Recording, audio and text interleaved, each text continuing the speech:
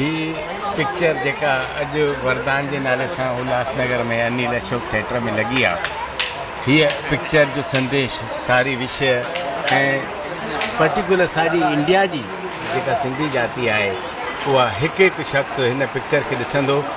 हिन पिक्चर में हिकु अहिड़ी शक्ति समायल आहे, हिन पिक्चर में अहिड़ो वरदान ॾिनल आहे नारी शक्तिअ जो जेको असांजे दिलि खे एतिरो त छुही वियो आहे जो उनजो वाखाण जेतिरो कजे ओतिरो थोरो आहे।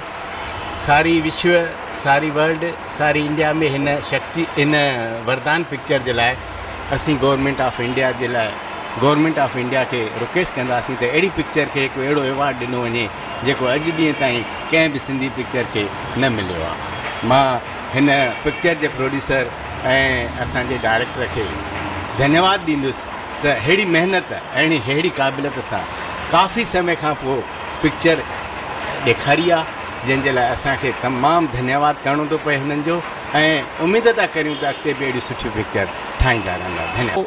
मान सिंधी फिल्म वरदान ॾाढी ख़ुशी आहे। मुंहिंजी बि हिकु धीअ डॉक्टर आहे, ॿी असांजी ट्रस्ट खे माता रुक्मणी देवी ट्रस्ट खे संभालींदी आहे। मां जंहिं महिल फिल्म पियो ॾिसां अखियूं भरिजी आयूं, ईअं पियो लॻे पंहिंजी कहाणी आहे। कुदरत मुंहिंजो नालो बि दीपक। वाह वाह, क्या बात है।